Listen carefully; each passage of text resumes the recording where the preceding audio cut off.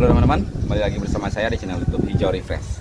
Nah, di video kali ini kita akan sharing mengenai tips pencangkokan yang bagus ya teman-teman. Jadi bagaimana tipsnya, mulai dari pemilihan batang, kapan waktunya kita cangkok, dan untuk pengeratan juga ya teman-teman. Jadi simak saja videonya, tonton sampai habis agar kalian mendapatkan informasi yang lengkap.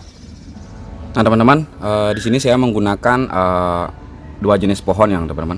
Jadi dimana dua jenis pohon ini memang mempunyai karakter yang benar-benar berbeda untuk kita melakukan penanganan pencangkokan ya teman-teman.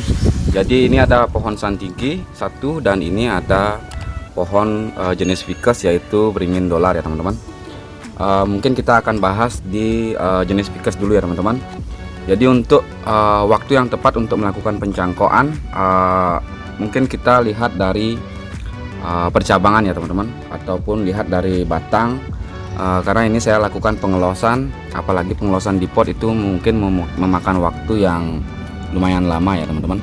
Jadi untuk saat ini sudah saatnya kita melakukan pengepresan ataupun pemotongan cabang ya teman-teman, karena dilihat dari segi batang dan cabang pertama itu sudah hampir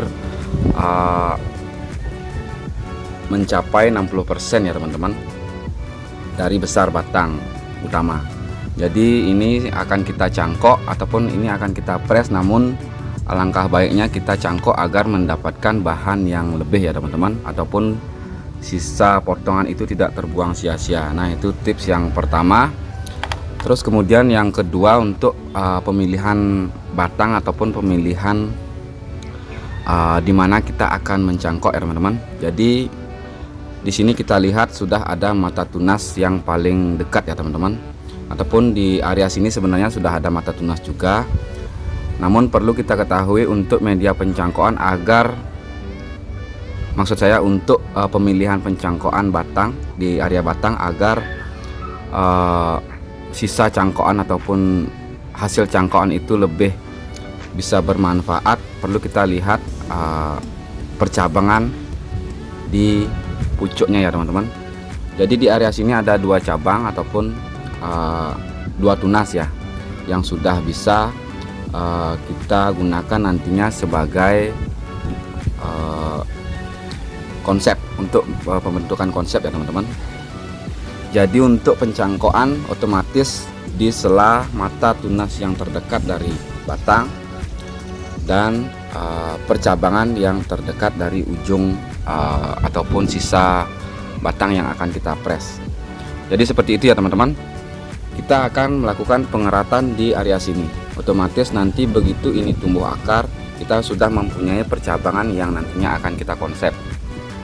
Oke, mungkin kita coba kerat di area sini dulu ya teman-teman, dan nanti kita bahas masalah santigi ataupun perbedaan antara kedua pohon ini ya teman-teman.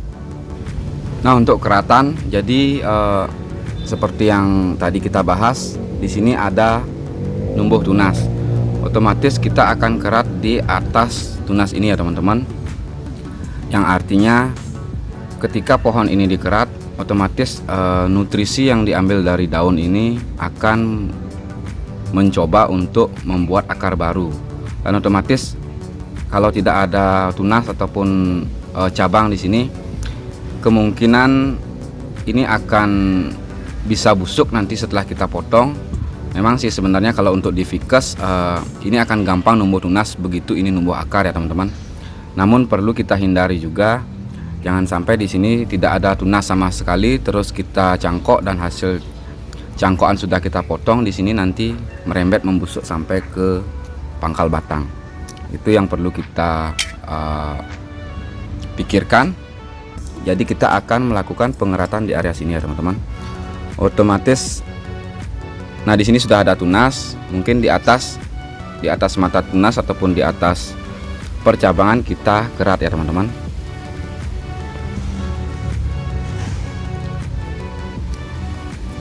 Oke, kita kerat seperti ini. Kita kasih jarak.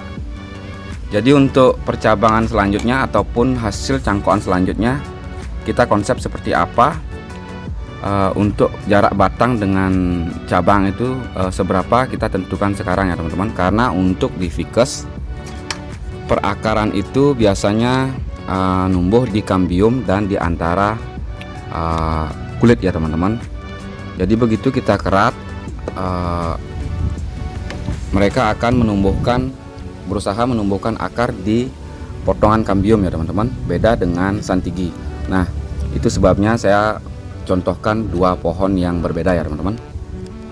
Jadi untuk jenis ficus sama sancang itu penumbuhan akar pada keratan itu biasanya di potongan kambium ya teman-teman. Jadi di sini nanti akan membendol-bendol dan menumbuhkan akar. Beda seperti santigi, mungkin nanti kita bisa jelaskan untuk karakter si santigi ya teman-teman. Nah, ini sudah kita kerat ataupun kita sudah kupas kulitnya. Jadi sebelum kita melakukan pencangkokan di area sini, kita kerik dulu ini ya teman-teman, karena ini sisa kambium yang bisa saja nanti numbuh lagi dan nyambung menjadi kulit ya teman-teman. Jadi kita kerik agar sisa kambium ini hilang. Tapi jangan khawatir teman-teman, karena untuk nutrisi yang dari batang ataupun dari akar itu bisa tersalurkan oleh batang ya teman-teman. Jadi tanpa kita lakukan pencangkokan atau istilahnya dengan cara cangkok angin, ini akan tetap berjalan nutrisinya ya teman-teman. Maka dari itu begitu ini tumbuh akar, ini baru akan menumbuhkan tunas-tunas. Seperti itu biasanya ya teman-teman. Nah, jadi seperti ini ya teman-teman. Untuk di bagian sisa potongan ini, keratan ini kita sedikit potong mereng ya. Jadi tujuannya kalau di dunia bonsai itu kita mencari perakaran yang nyebar ke samping. Nah, begitu ini mereng, nanti ini akan perakaran ataupun calon-calon akar itu akan tumbuh ke samping ya teman-teman. Kalau kita tidak potong mereng, otomatis kambium menebal dan untuk perakaran akan tumbuh lurus. Jadi seperti itu tipsnya ya teman-teman.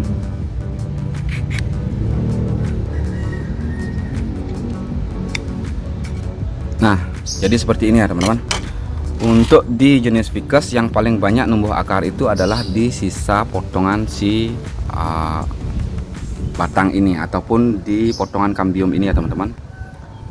Oh, ini terlalu ngeblur, mungkin bisa kita cek. Nah, jadi untuk ficus itu akan menumbuhkan perakaran di area sini ya teman-teman. Dia akan numbuh perakaran di area sini. Mungkin ada beberapa akar sulur nanti yang akan tumbuh, cuman ini pasti numbuh akar ya teman-teman. Nah, beda halnya dengan pohon santigi. Mungkin kita singkirkan ficusnya dulu. Kita cek di pohon santigi. Nah, ini adalah bahan santigi yang sudah saya kerat ya teman-teman. Kalau untuk santigi kita kerat di sini, otomatis perakaran akan numbuh dari area sini ya teman-teman. Ini untuk perakaran dari santigi itu akan tidak beraturan. Maka dari itu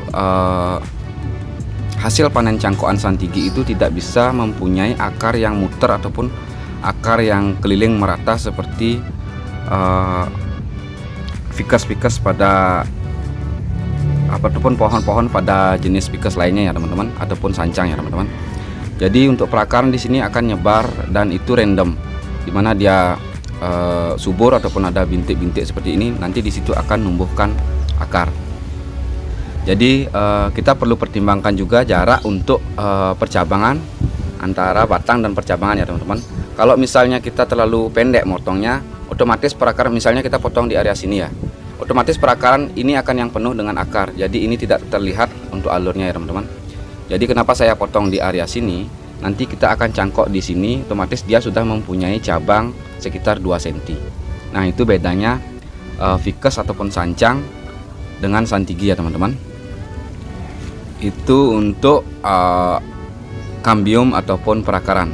Jadi untuk selanjutnya kita mungkin akan bahas masalah cara ataupun kapan saatnya kita melakukan pencangkokan. Nah, ini kan baru tahap pertama ya teman-teman, yaitu adalah melakukan pengeratan ataupun pemotongan kulit ataupun kambium ya teman-teman.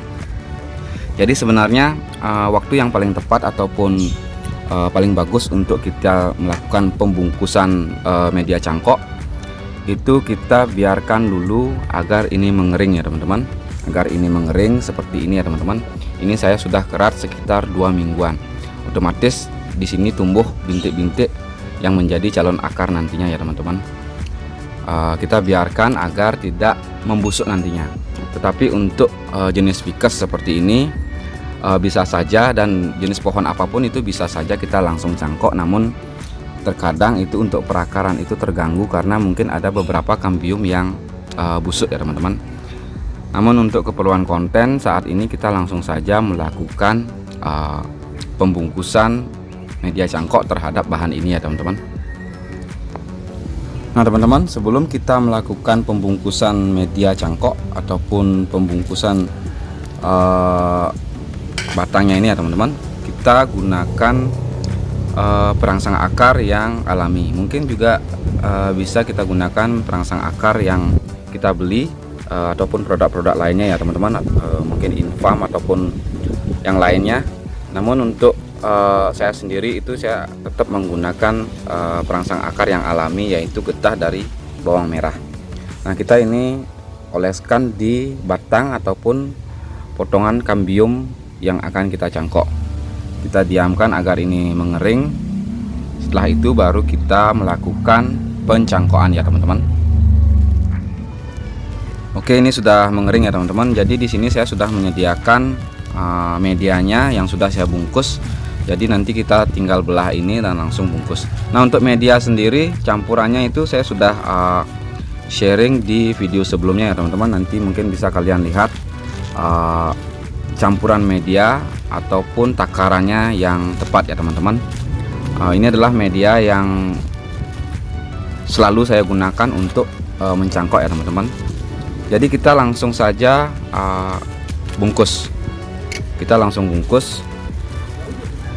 Jadi untuk pembungkusannya seperti ini ya teman-teman. Mungkin ini hal kecil namun perlu juga kita perhatikan ya teman-teman. Kita bungkus seperti ini. Nah, kita sisakan di sini untuk pemotongan nanti ya teman-teman. Jangan sampai ini terbungkus ataupun potongan ini terbungkus lebih.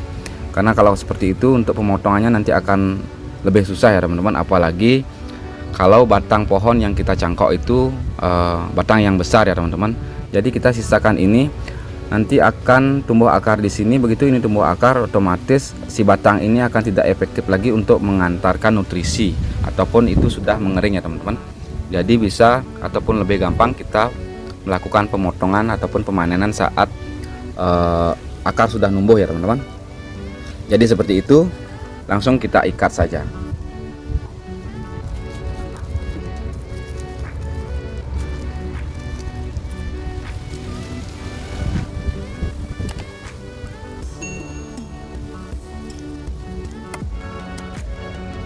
Nah jadi seperti ini ya teman-teman. Untuk ikatan ini jangan sampai ini bisa muter ya teman-teman. Kalau nanti kalau misalnya itu tumbuh akar dan ini muter, otomatis si akar akan patah ya teman-teman.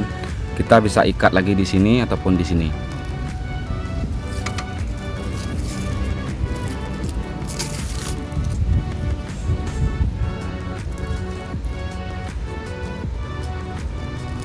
Intinya kita ikat agar tidak gampang muter pada media ini ya teman-teman, karena itu juga lumayan riskan. Begitu akar tumbuh ini sampai kesenggol ataupun ditabrak kucing ataupun ayam, ini muter, nanti akarnya akan patah ya teman-teman.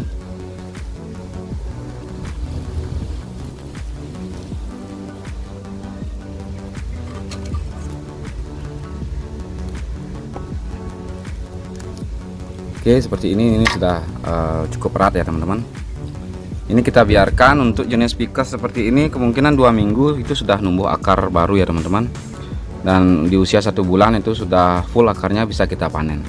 Nah kita coba lanjutkan ke pohon yang lain ataupun ke santigi ini ya teman-teman.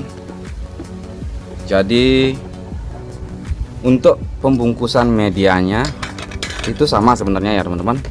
Untuk pembungkusan media cangkok itu sama, dan tips sebelum melakukan pembungkusan juga sama, tetap kita kasih bawang merah. Namun perbedaannya di sini karena seperti yang saya jelaskan tadi, untuk perakaran akan numbuh di bagian batang ataupun bagian kulit, tidak di kambium ini ya teman-teman.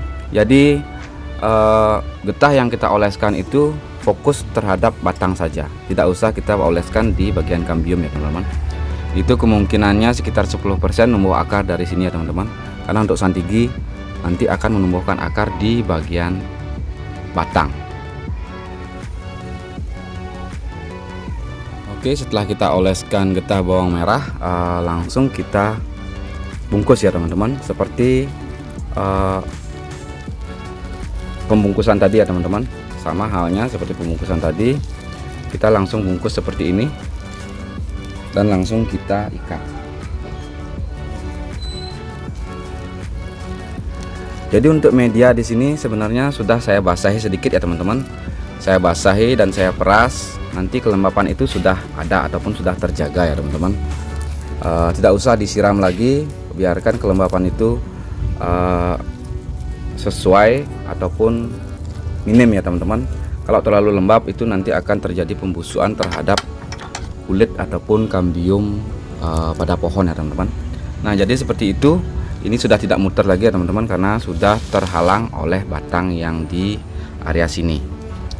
Jadi ini sudah bisa kita simpan, dan untuk santigi itu paling cepat itu 3 minggu sudah numbuh akar ya teman-teman. Jadi usia 1 bulan juga sudah bisa kita panen, namun untuk akar tidak maksimal ataupun belum rimbun ya teman-teman. Nah, jadi seperti itu. Di sini juga seperti yang saya jelaskan tadi, di sini kita sudah ada mata tunas. Nah, yang paling riskan itu pohon dari santigi ya teman-teman. Jadi begitu kita potong ataupun kita cangkok di area sini, namun di sini tidak numbuh tunas, itu kemungkinan besar setelah kita panen di sini akan membusuk ya teman-teman. Itu saya sudah mengalami beberapa kali, karena saya pikir nanti begitu tumbuh akar di sini akan numbuhkan tunas. Namun ada beberapa yang memang macet dan itu tidak numbuh tunas ya teman-teman. Jadi itu juga lumayan fatal untuk pohon santigi ya teman-teman. Jadi bisa kita cari tunas dulu, nanti kita cangkok di atas tunas ataupun di atas mata tunas ya teman-teman.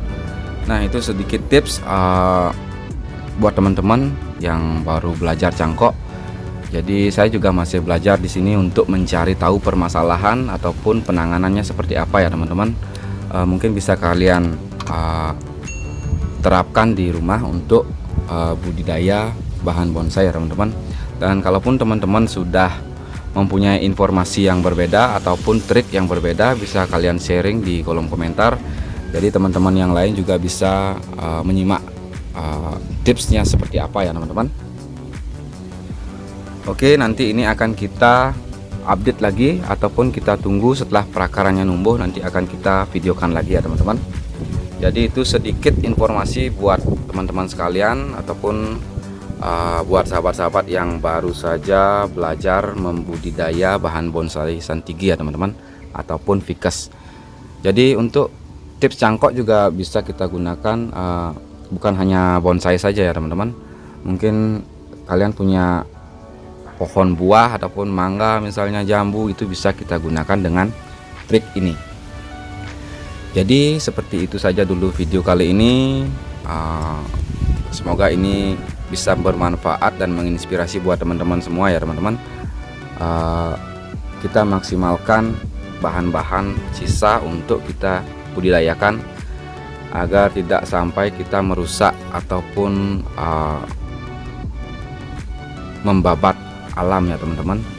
Jadi sebisa mungkin kita budidaya agar tidak sampai mencari ataupun melakukan pendongkelan liar atau pendongkelan yang amburadul, menghabiskan bahan dari sumbernya itu sendiri ya teman-teman. Oke, semoga video ini bermanfaat dan menginspirasi. Sampai jumpa di video-video berikutnya dan terima kasih.